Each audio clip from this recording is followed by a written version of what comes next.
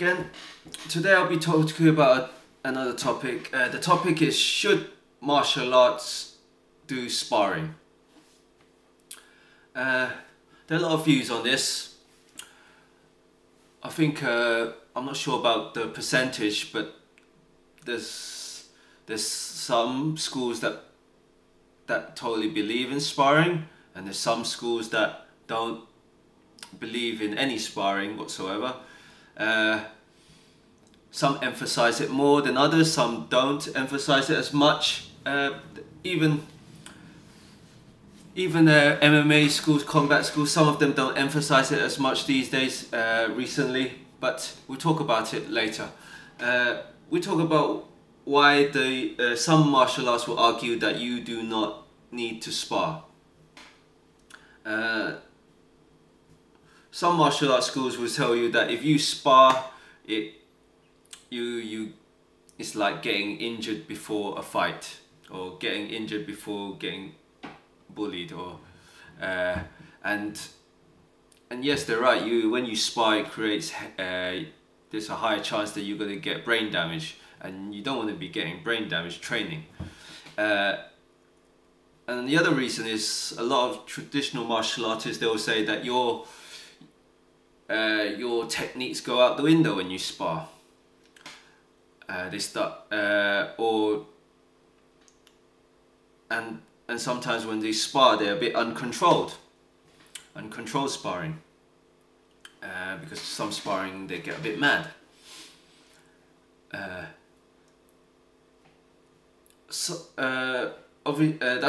some of the few reasons I can think of right now. Sorry about that. Reasons why you should spar. A lot of martial arts schools will say that sparring is good because you can get a feel of when you're hitting opponent or when you're getting hit by the opponent, so you get used to this chaotic moment, and you can try out what techniques work and do not work for you in a fairly almost real life scenario, or close as possible in terms of safety.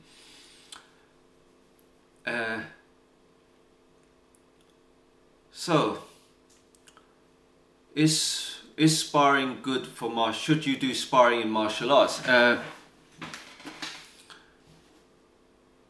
In my opinion, yes. I think you do have to have some sparring in all martial arts.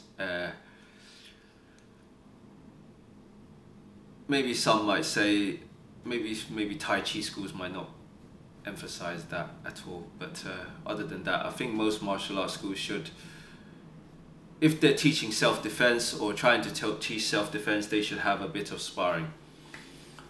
And sometimes it's quite fun. But sparring, it is correct that sparring gets very chaotic, and people get very aggressive and they want to knock each other out, and techniques go out the window. Almost all technique go out the window, and they're just trying to kill one another.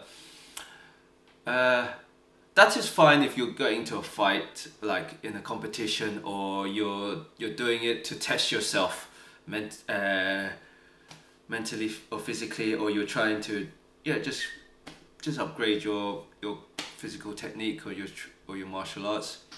That's fine. But if you're going to go, in my opinion, if you're going to go full on, try and knock one another out, don't do this too often, and make sure you get all the safety gear and have a referee in place, and maybe some first aid on the side just in case as well.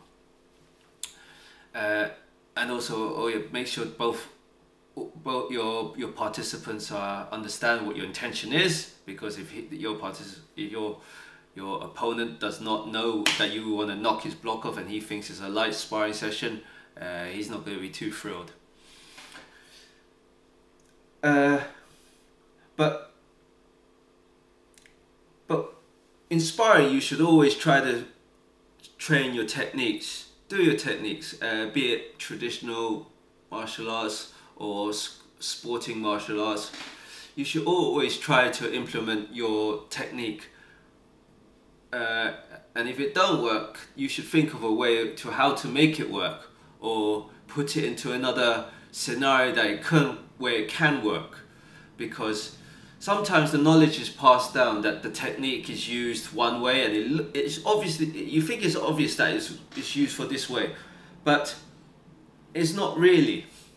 It actually is probably better is teaching you a different concept or a different motion altogether.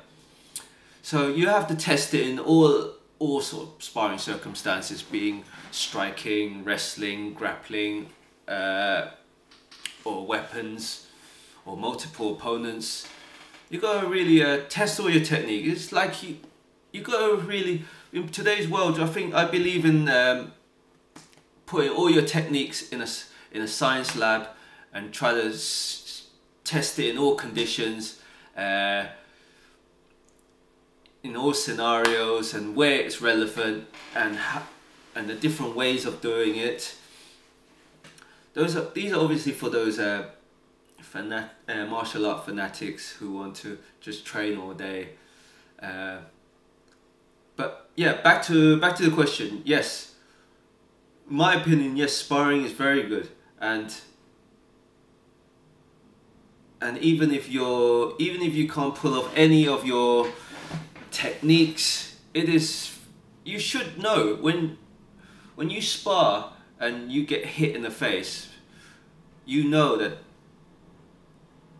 how your techniques should be done, like how fast or what is realistic. Because sometimes sparring is obviously not in the level of getting to a street fight, but you don't really want to know. If you haven't had a street fight, you don't really want to have a street fight to understand this, because you could be playing with fire. So I would recommend a few sparring sessions, maybe a few light ones, and gradually build up, and even try out if you're lucky, try out one of maybe amateur fighters in your gym, or a local amateur club that has amateur fighters, and try your stuff, see if it works, and if it don't work, go back to the drawing board. You don't need to give up what you do. Well, it depends if you want to give it up. Some people, a lot of people give up and join the school that does more sparring. The new wave of thought is that you learn how to spar using your new techniques, and I reckon this will be the future soon, if people just spar more often. And I believe in my opinion, I believe in light sparring. I've been doing a lot of light sparring recently, and like touch sparring, and getting a lot of hours of sparring in, and getting a lot of experience, getting a lot of hours, trying out techniques, just having fun on the either striking or rolling or wrestling, or just playing with weapons. And this leads into the other concept that I've read up, is flow state.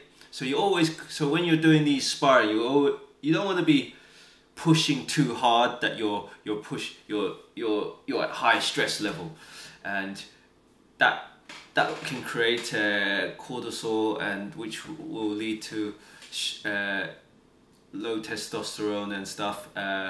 But you don't want to make it too easy. If it's too easy, you just get bored and you're uninterested and you're losing the motivation to train. You need to have that drive. So for you to understand this, read the book on flow state. I think it's Rise of Superman. Very good book. Yeah, so that ends with the conclusion that I do believe in sparring for martial arts, but the sparring must be controlled and technical, and you must inform your partner that how hard you're going. If you're going light, medium, or you're going to go technical, and if you want it to go hard, let them know. Make sure they agree with you. If they don't agree, don't go hard on them, obviously. Hopefully that sums it up. Thank you. I hope you like this video and subscribe for me. Thank you very much.